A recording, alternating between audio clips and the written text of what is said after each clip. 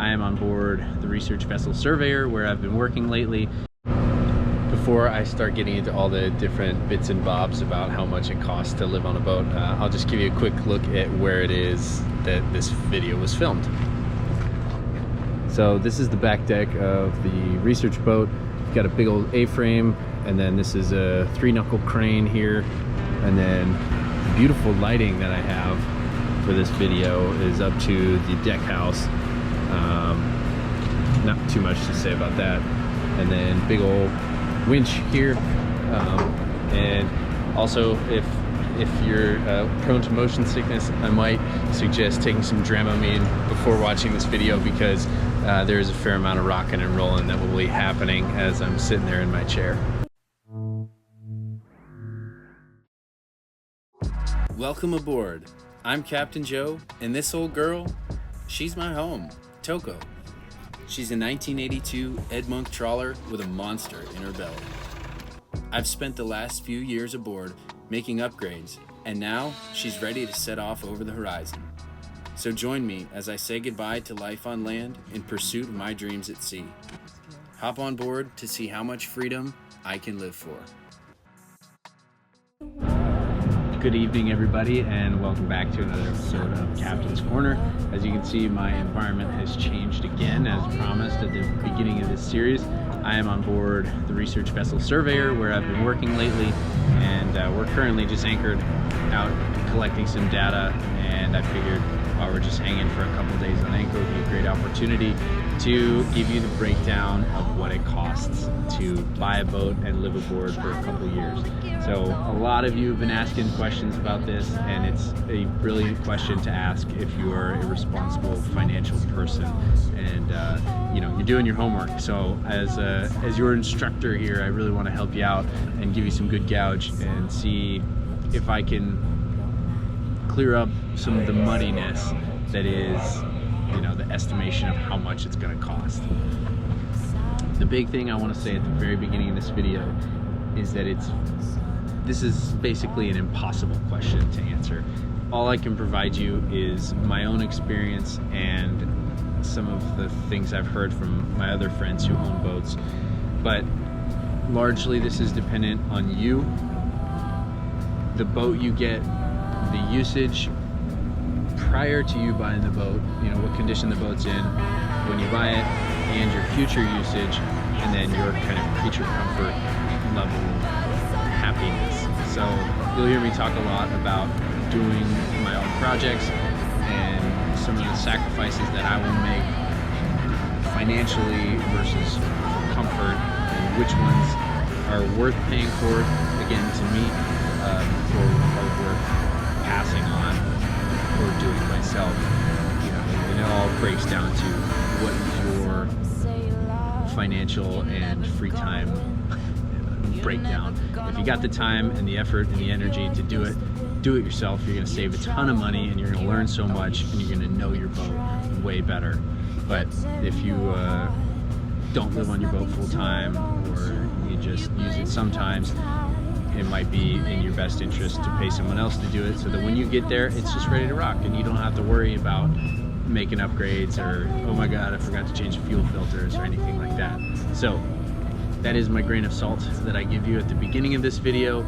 Everything that I'm going to tell you here is my experience based off of my specific circumstances, and keep that in mind, because yours could be very similar or it could be very different. So yeah, I want to break it down as best I can from the beginning. My budgeting scheme, and then my shopping scheme, and my wiggle room, and then month-to-month costs beyond that, how I've been able to pay for things. Because, as I've said before, you don't have to be a millionaire, you don't have to be rich, you don't have to make a ton of money to do this. You have to have some discipline and willpower and ingenuity sometimes, but you certainly do not have to be a millionaire. So, from the start, my budget at the beginning was 50 grand, and the reason I'd saved up a bunch of money, and I didn't want to have to take out a major loan, because I looked into it, and taking a loan from the bank at my age, with my experience, was looking like a 12% interest rate, which was just like ridiculous. So I set myself a $50,000 budget, which over the last several years being in the Navy, that was kind of my comfortable range that I could afford, and also that wouldn't be crippling. Like if it was a total disaster and I screwed everything up, I knew that, you know, it was a recoverable number, if you would. And also as I was searching, you know, I compared back to like the old van life thing or buying a house. When I started looking first very casually at boats, I saw that, oh man, like this is doable. Oh man, let me stop rocking. This is doable. That's not gonna help. I found that this is doable without breaking the bank. Like you don't have to, you know, refinance your life in order to live on a boat. Realistically, for the cost of like a new Toyota, I could have a home that would go, you know, in time wherever I wanted. So I set my budget at 50 grand. But realistically, I was trying to find a boat for like 40 grand. And I kind of wanted to have that extra 5 to 10 grand of kind of like, oh crap money. Like, I don't know what I don't know. You know, if I buy the boat for 40 and then something catastrophic happens, I get swindled by the broker and the owner and stuff, and there's all of a sudden like 10 grand that needs to go into it. I've got that buffer zone. So I can't remember if I talked about the process of finding Toko, but she was originally listed in like the 65-ish range. When I found her, she was listed at like 49, and then through, you know, some goodwill and the care and love of the previous owners and Dia, who I mentioned in previous videos, we were able to strike a deal at $40,000, which was right where I was looking to be. And really, I probably, I don't know, I might have passed if the price had stayed around that 50 grand mark, just because I was afraid. In hindsight, you know, knowing what I know now, I probably could have set my budget a little higher. But at the time, that's where I was, so that's what I was working with. So I bought the boat for 40 grand, and that's kind of the starting number. I will also mention that in late 2019, when I was shopping, or I guess mid to late 2019, it was right before COVID happened and stuff, so the boat market was not what it is today. Nowadays, in 2022, this is, I think we're kind of at a peak now, and it's going to start going back down, but it's been, I've seen the price of boats just rocket straight up. So, you know, bear that in mind. I've seen people sell boats for 15 grand over what they paid a couple years ago, or getting, you know, typically you don't make money selling a boat. And so prices are a little higher now, which has been beneficial for those selling right now. But if you're looking to buy, I would say kind of hold on and see if it dips back down, particularly for older boats. So yeah, 40 grand, that was like where I started. And now I'll go into some of the other big chunk money items that I have put into the boat, and then we'll talk about kind of recurring costs towards the end. So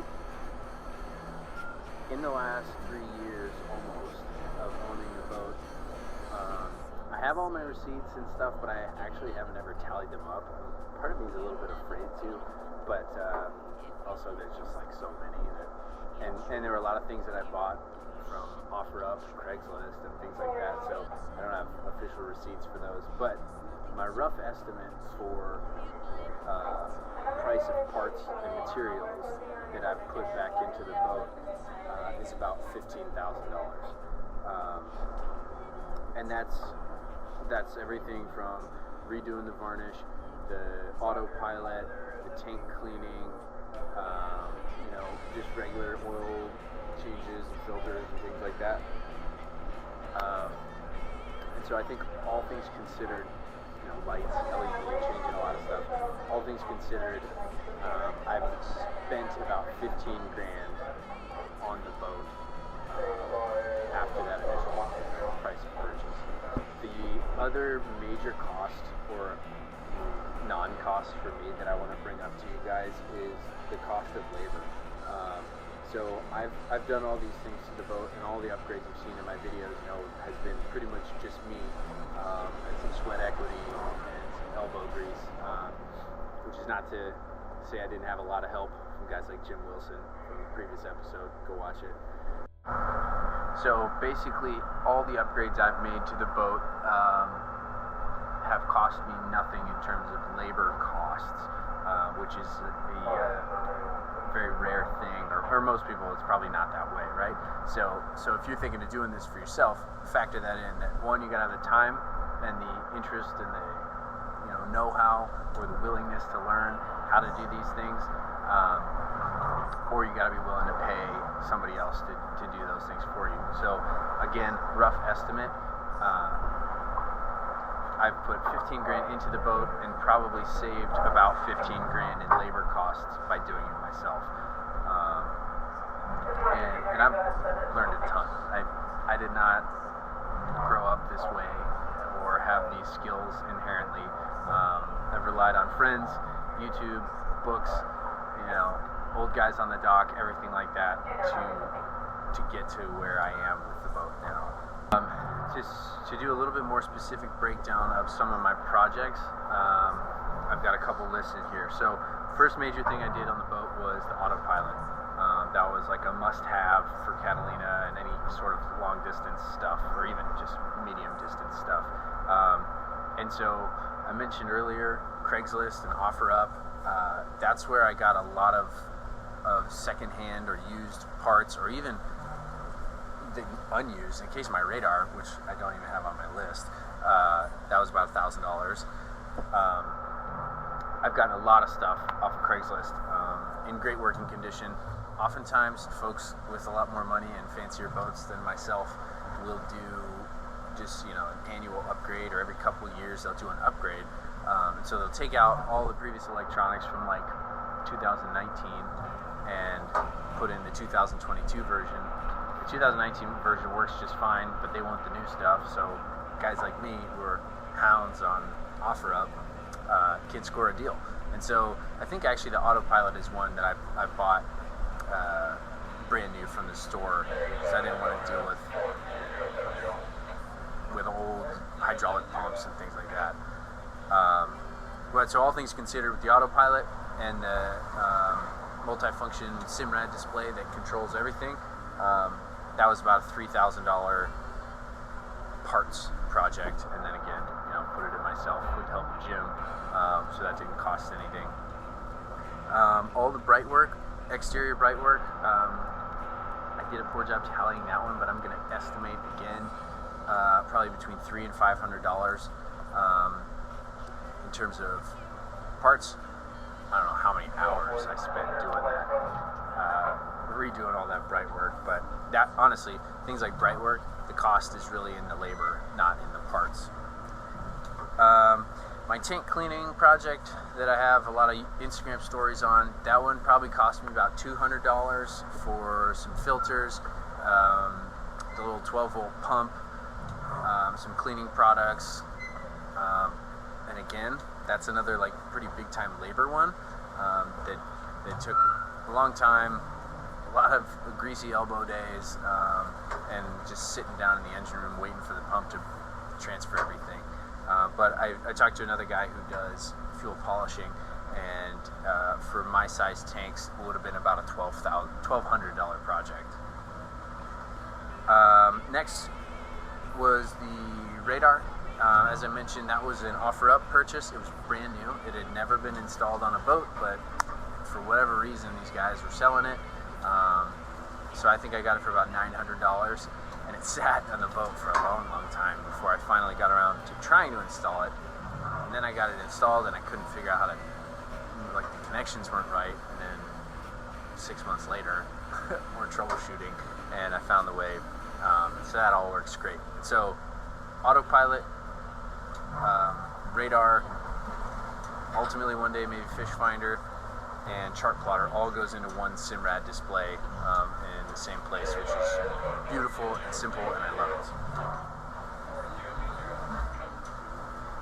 And then the other big upgrade that I did to the boat was when I did the galley refit. I cut out the old propane stove and oven and basically gave it a quarter turn to the left and put in an induction stove top and the toaster oven and air fryer underneath instead. I'll try and link or put some pictures in as we're talking about it here. But that one again cost me probably $300 to $400, mostly in kitchen appliances. And again, big savings in labor costs because I did it myself with the help of a friend, Carl, who I'll link in this one too, Boat Tour TV. He was a major help on that one, so thank you, Carl. Okay, now on to kind of the reoccurring annual costs of boat ownership. I'll kind of tally all that up, and at this point, in terms of dollars spent on the boat and upgrades, I think we are sitting at this much money. Check my math. All right, now for phase 2 or phase 3 of paying for a boat. This is the annual stuff, the reoccurring costs, the things that you can expect to pay every year, but you might not be expecting to pay them if you've never owned a boat. So first things first, this is my cost of living list. It costs about, and this is dependent very much on where you are in the world and in your city, how much you're going to spend for your slip fees. But for me in San Diego, in a beautiful marina with a pool and a hot tub and stuff like that, I pay about $1,100 a month, which covers parking, storage unit, slip fees, and access to the facilities. And I'm very happy with the marina and the staff there. They're amazing. I'm not going to tell you where it is because, you can probably figure it out on Instagram, but just for privacy's sake. But it's a beautiful marina, and I will continue to live there as long as things are good and as long as prices don't go astronomically higher. The next cost that I'll cover is the cost to haul out the boat. And I have not done this since survey day. The prices could have changed, I don't know. And there are a lot of jobs that will come with my next haul out that will cost a lot of money. Well, maybe I'm trying to do it myself, but overall, most yards in San Diego are about $10 a foot. So for a 36-foot boat, I paid about $360 for the haul out on survey day. And I expect to probably pay about the same for the next time I haul out for it. Fuel costs are another one that are rare for me, luckily. With a fuel-efficient boat and without going a ton of places and running too much, I think I've put fuel in the boat about 3 times in the 3 years that I've owned it, which is, I don't know, I guess it totally depends on your usage. This is one of those that is very, very usage dependent, but also I recommend, especially for first-time owners on a budget, find a boat that's fuel efficient. Single engine, diesel, slow. That's the 3 best things you can look for. So the last time I fueled up, is just the example that I'll give, was I put about 175 gallons into the boat, I think, and it cost me about $900. So considering the fact that I only fuel up once every year, maybe twice a year if it's a big year, that's pretty good, I think. $900, you probably spend that driving your car annually too, so it's your home. So it's pretty good if you ask me. And that's with our current fuel prices, So hoping that that'll go down in future years, but we'll see what happens. Overall, in the grand scheme of things, when you talk about other boats that have dual engines or go a lot faster, they're burning like 20 gallons an hour, whereas I'm burning less than 2. So look for a slow boat. Another annual cost is insurance. For me, with a 200-ton license, at 28 years old, owning my first boat, I think those are the big factors to look at. I am paying about $1,300 a year and that's also a local thing for San Diego, and it includes Towboat US and all those things. I don't remember offhand like what my dollar amounts are for liability and stuff like that, but it's good. I think it's a $500,000 policy, and so far I've not had to use it. And then now just some kind of month-to-month costs that you'll want to consider, and again are semi-specific to location or desire or usage. But for me, I'm spending about $55 to $115 per month for bottom cleaning.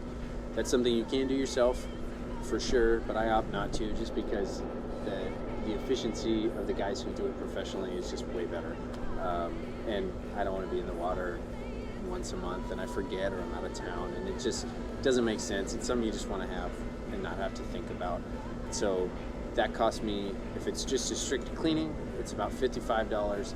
If it includes changing out zincs, if they do a full zinc change out, it can get as high as about $115.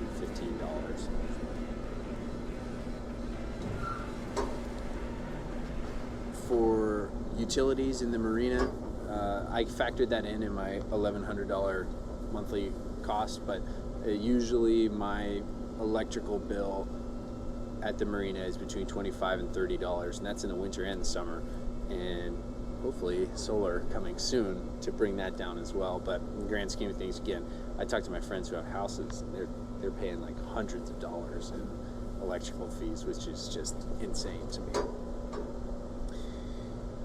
And then two costs that I don't have or use or need is one being a pump out. I know a lot of folks will get their boat pumped out every week or 2 weeks, again, depending on usage.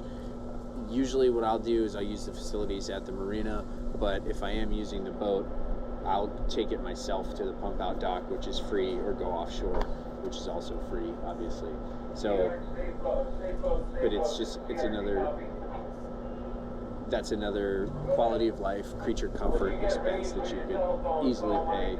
And my guess, I don't know, but I'm guessing it's between $25 and $50 per pump out. I don't know.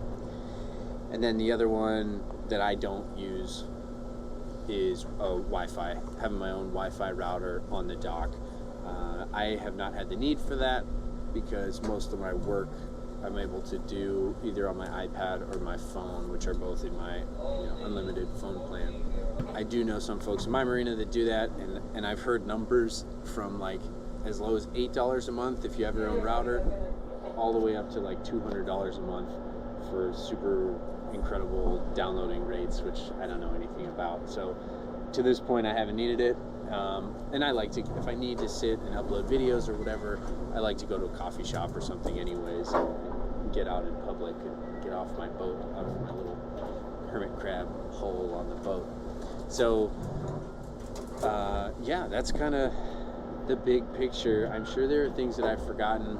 Please throw stuff in the comments, either your own experiences, or if you have questions, or if I can clarify something that I talked about in this video.